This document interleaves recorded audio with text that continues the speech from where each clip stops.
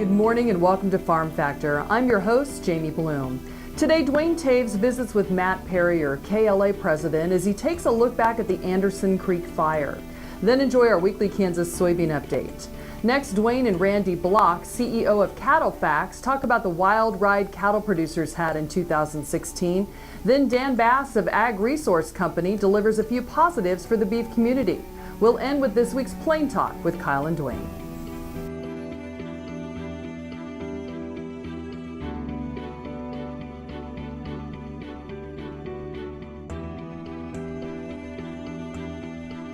Closed captioning brought to you by Ag Promo Source. Together we grow.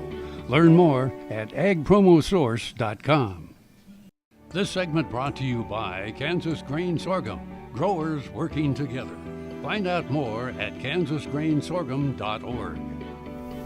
Welcome to Farm Factor. Up first today, Duane Toews and Matt Perrier discuss the Anderson Creek fire and how, with help from the Kansas Livestock Foundation and the community, the producers affected were able to rebuild.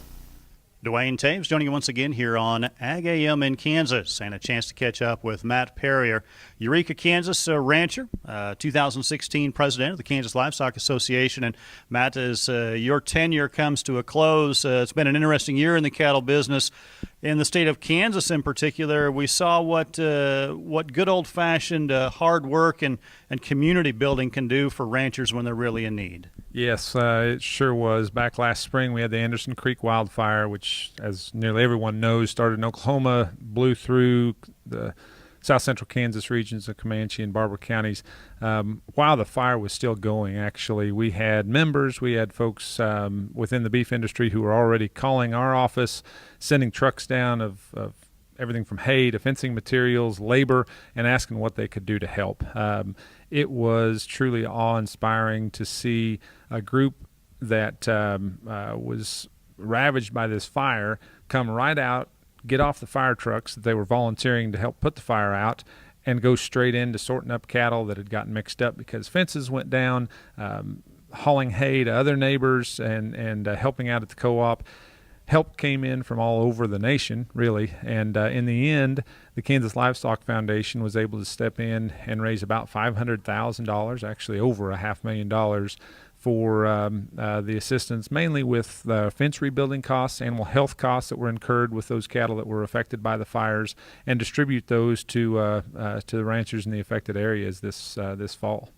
Certainly, we think about how a rural community can come together, and Kansas as a whole, Oklahoma and part of that as well, but to really step up and help a neighbor when they're out. Yes, that was part of what I got the most gratification. Nobody was standing at the local feed store or the co-op or picketing Topeka or any place else asking for a handout. They went back to work. They did what they had to do to care for those cattle, to rebuild their fences and their lives. Meanwhile, people that hadn't even been notified or asked saw it on the news, heard about it through social media or phone calls from folks in the area, and were already doing everything they could and more to help these folks out in need. We've all been there when a tragedy occurs like that. We all know it could happen to us next time, and everybody stepped out and did everything they could to help. Our thanks to Matt Perrier, 2016 president of the Kansas Livestock Association, joining us here on Ag AM in Kansas. Jamie, we'll send it back to you. Thanks, Duane. Folks, come back after these messages for this week's Kansas Soybean Update. KFRM is one of the largest farm radio stations in the nation, dedicated to informing and entertaining rural listeners from northern Oklahoma to southwestern Nebraska.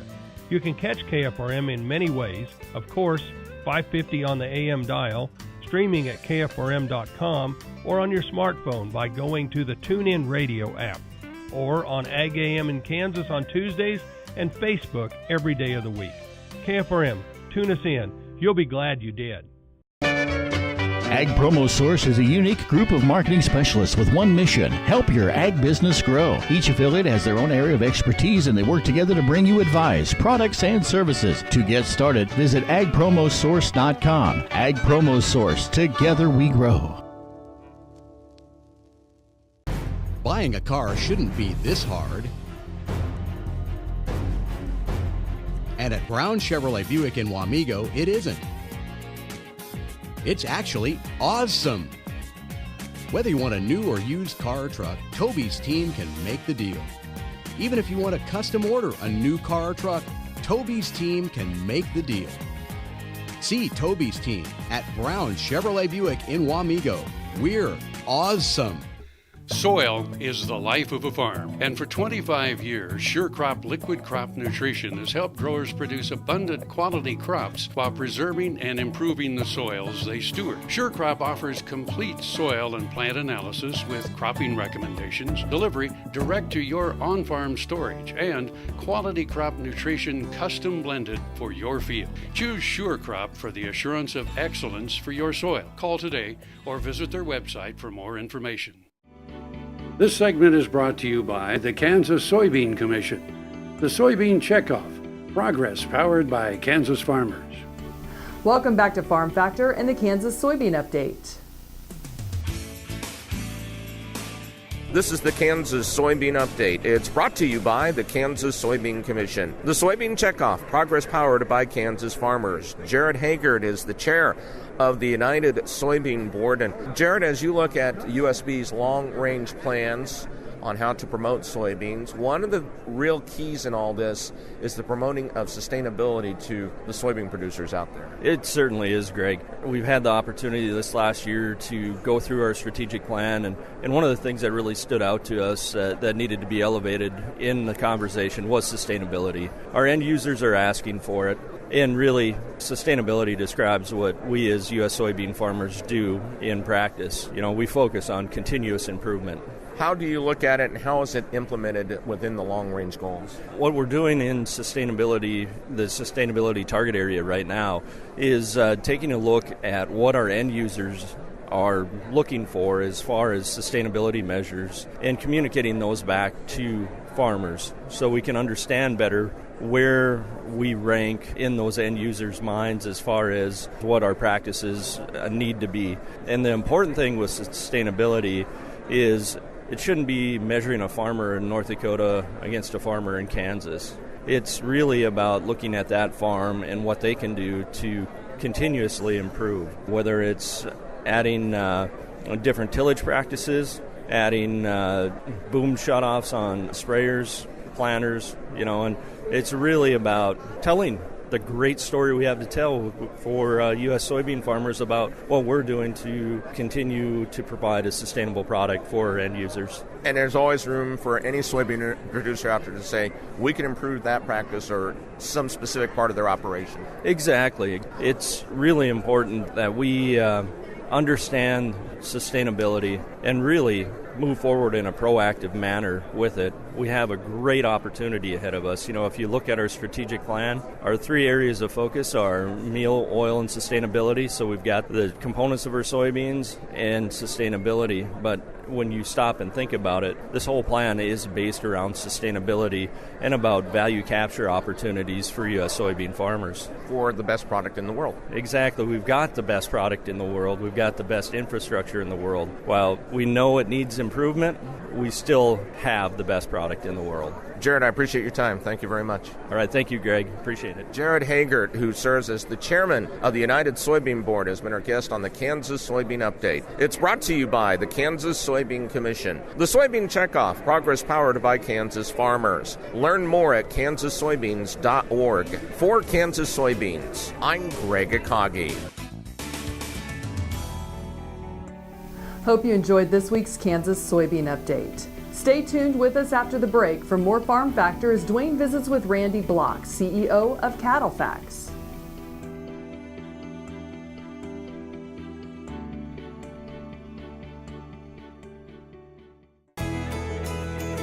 Biodiesel made from sustainable resources is diversifying our fuel supply. This year, biodiesel will displace over 1 billion gallons of fossil fuel nationwide. It's making our economy stronger and our communities healthier. It's working here and across America. Get biodiesel going in your community. Visit americasadvancedbiofuel.com. Here's another gardening tip with Annette Jackson from Jackson's Greenhouse. Fall is a great time to plant, and if you would like fresh fruit, grapes, or berries to eat next year, Now is an ideal time to plant. We'll show you how, what, and where to plant for a successful crop of delicious, healthy fruit. We have a great selection and great service. Come see us at Jackson's. Our entire stock of shrubs, roses, berries, perennials, and trees are now on sale at 25% off. Hurry out for your best selection. Jackson's Greenhouse has what you need today. This segment brought to you by Sure Crop, liquid crop nutrition delivered right to your farm. We're back as Duane and Randy discuss the volatility of the cattle market in 2016. Duane Toews joining you once again with Ag AM in Kansas, and a chance to catch up with Randy Blach with CattleFax. And Randy, you had a chance to talk in Kansas with farmers and ranchers talking about volatility. It's been kind of a wild ride the last few years. Oh, it has. It's been a wild few years, and the market's come off these highs pretty fast, but it went up pretty fast from 2013 to 2015, and it's been hard for producers, I think, on both sides of it. Obviously, it was more fun going up than it was coming back down, but hopefully we're getting to a spot where we can start to find some stability in these markets. We think about the opportunities out there. Obviously, cow-calf guys, that first operator needs high prices. You get past that in the chain, really we just kind of need to know where things are going to be to find some ability to get some profitability put into the cattle. Absolutely. I think if you're a cow-calf or stocker operator, the biggest thing you're wishing for today is you want to see the cattle feeder start to make some money.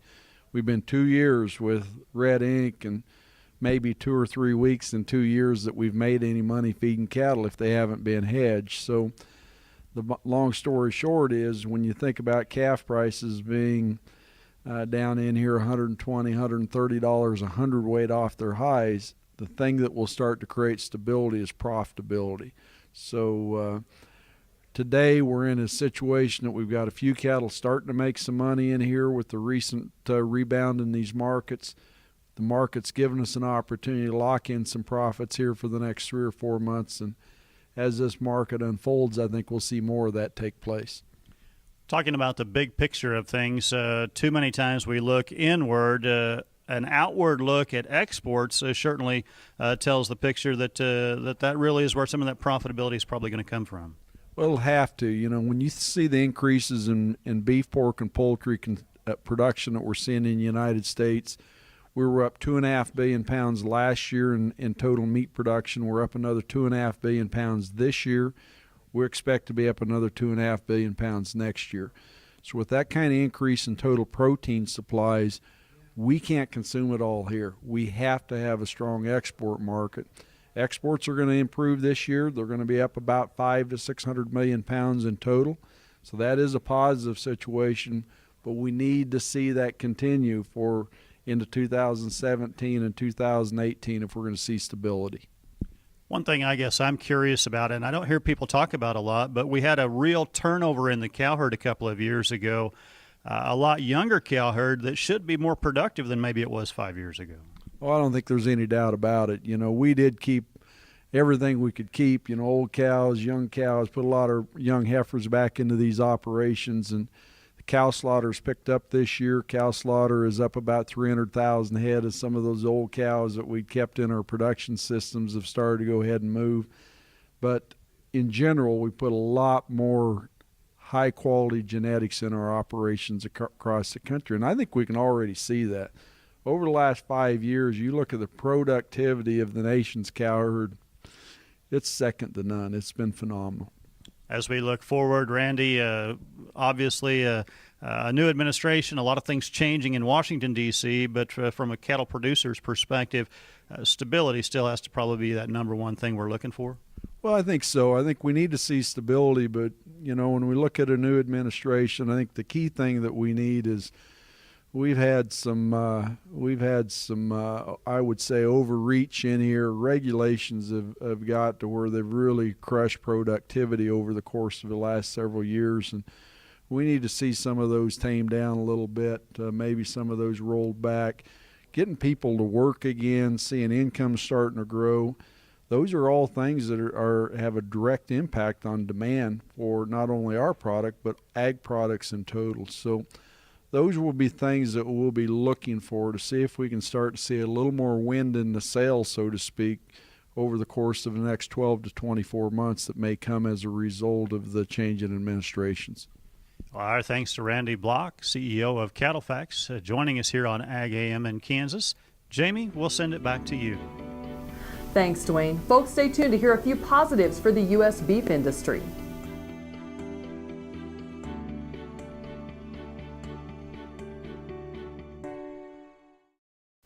Valley Vet Supply is devoted to providing information and professional quality products at reasonable prices. Valley Vet Supply.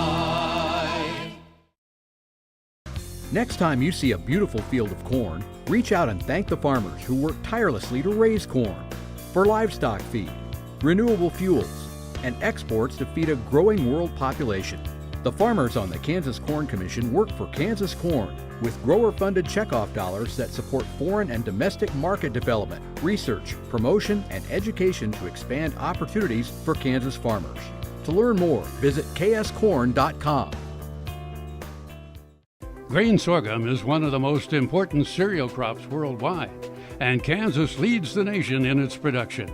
Over the years, sorghum has been either exported, used in animal feed domestically, or for other industrial uses. Recently, its use in the ethanol market has seen tremendous growth, with 30% of domestic sorghum typically going to ethanol production. Kansas Grain Sorghum is committed to sorghum research, market development, and education. Learn more at ksgrainsorghum.org.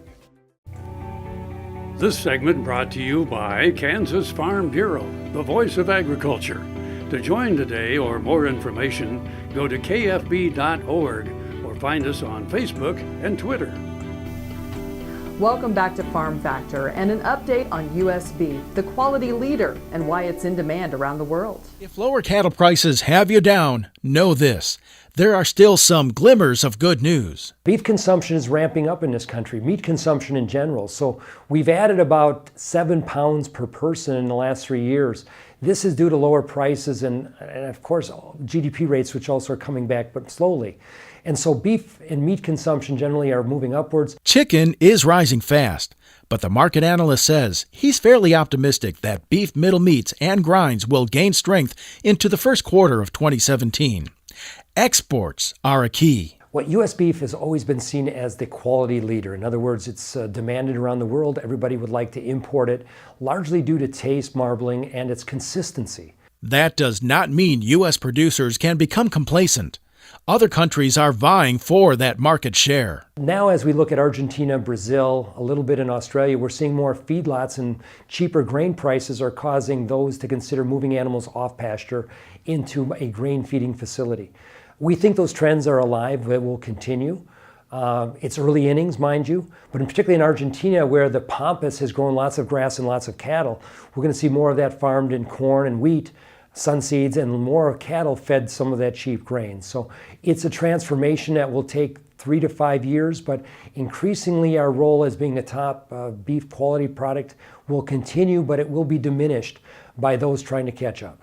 In another decade, simply grain-fed won't carry as much premium as it does today, unless it comes with premium marbling. I'm Bob Cervera. Come back after the break for this week's Plain Talk.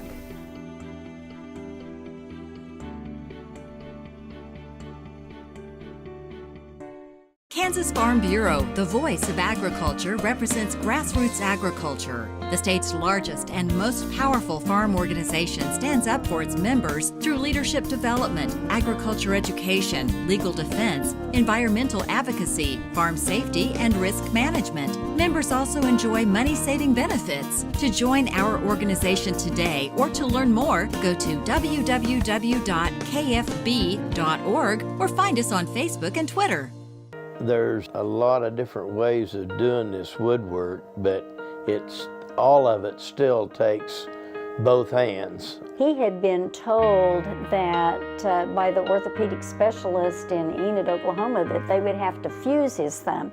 And I said, no, cut it off, because I didn't want it sticking up. And I found out about the Kansas Regenerative Stem Cell and went to Manhattan We were so impressed with how royally we were treated the first time we came to Kansas Regenerative.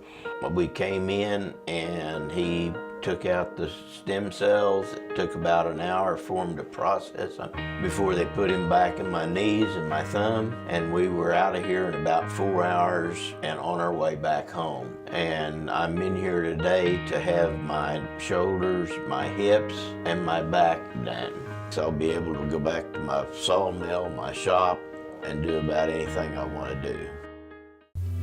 This segment brought to you by Kansas Corn. Learn more at kscorn.com. Welcome back. Now let's see what Duane and Kyle are up to today on Plain Talk.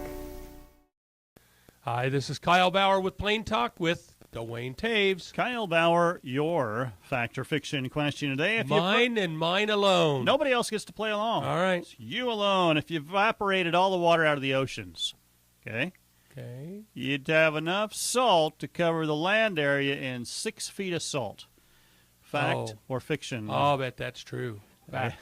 Yeah. How about a 500-foot layer? Well, that's what I thought. I thought it'd be a lot more than that. Isn't it something like 3/4 of the land area of the world is covered in ocean? 3/4 of the surface area. Not land area. Land area. 3/4 of the land area is covered in ocean. That's pretty, I don't know if that's exactly right or not. But the ocean's pretty deep. It is in places. A lot of water there. Some of it is really deep. Not just deep. It's really deep. Yeah.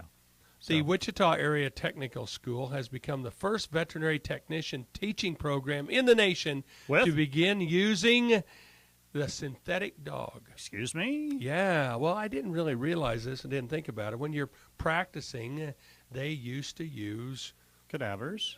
Cadaver dogs and that sort of thing. Well, makes sense. And so dogs had to be put down. Now, let's face it, every day. Now, wait a minute. Before anybody freaks out. Keep going. They didn't put dogs down just so they could work on them. They at the put school. dogs down every day. Yeah. Yeah, but they use those dogs then to be put down to practice on. Right. Which at least they'd be used for something. Right. Some good come of it. Well, the interesting thing is with this is the synthetic dog. Yeah. I'm not even going to try to say the name is made of water, fiber, and salt, just like a real animal, and is designed to replace live animals and animal cadavers in veterinary medicine training. Really? They breathe and bleed just like real dogs. Oh. Has individual muscles and bones and organs, and additionally can be operated on repeatedly without any risk to live animals. Well, of course not. But how do you repeatedly do it? Yeah, but how do you know if you were really successful or not? Yeah. I mean, the hunk of meat lived every time. The synthetic dog did not die. Yeah, well, it's kind of interesting, though. The very first in the entire nation's right here in Kansas. And it's Wichita Area Technical School. What are you scowling? Don't quit Mom, make him quit scowling at me. Oh, well, you were talking about, that's like that would be at a veterinary school, and they don't have a College of Veterinary Medicine at Wichita State. No, they have the veterinary technician program. Technician program. Right. A veterinarian's helper. Well, you don't have a veterinarian's helper doing surgery anyway. Well, I don't know. I'm really starting to question. I do not. You don't make it up. You just read it. So you think a veterinary technician, they don't really do anything, and they just just stand out at the counter and smile at people who come in the door. Forceps, and they hand them the deal, and then they scalpel, and they slap it in the hand. But you got to put the scalpel in the way the doctor wants it. I can see how this works. Yeah. The reason you know so much about this, you don't go to the doctor, do you? No, not very often. You go to the vet. Well, it's cheaper, and some places. Well, no, maybe I shouldn't say. I ain't saying it. Yeah, you're not going to say it. I've just been to some veterinarians that were very talented, and I've seen some doctors who I think were maybe in the bottom half of their class. Thanks for joining us. I'm your host, Jamie Bloom, and I hope you enjoyed today's show. See you next week on Farm Factor. We're here every Tuesday on Ag AM in Kansas.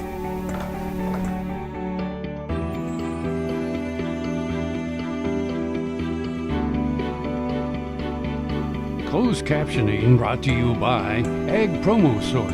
Together we grow. Learn more at agpromosource.com.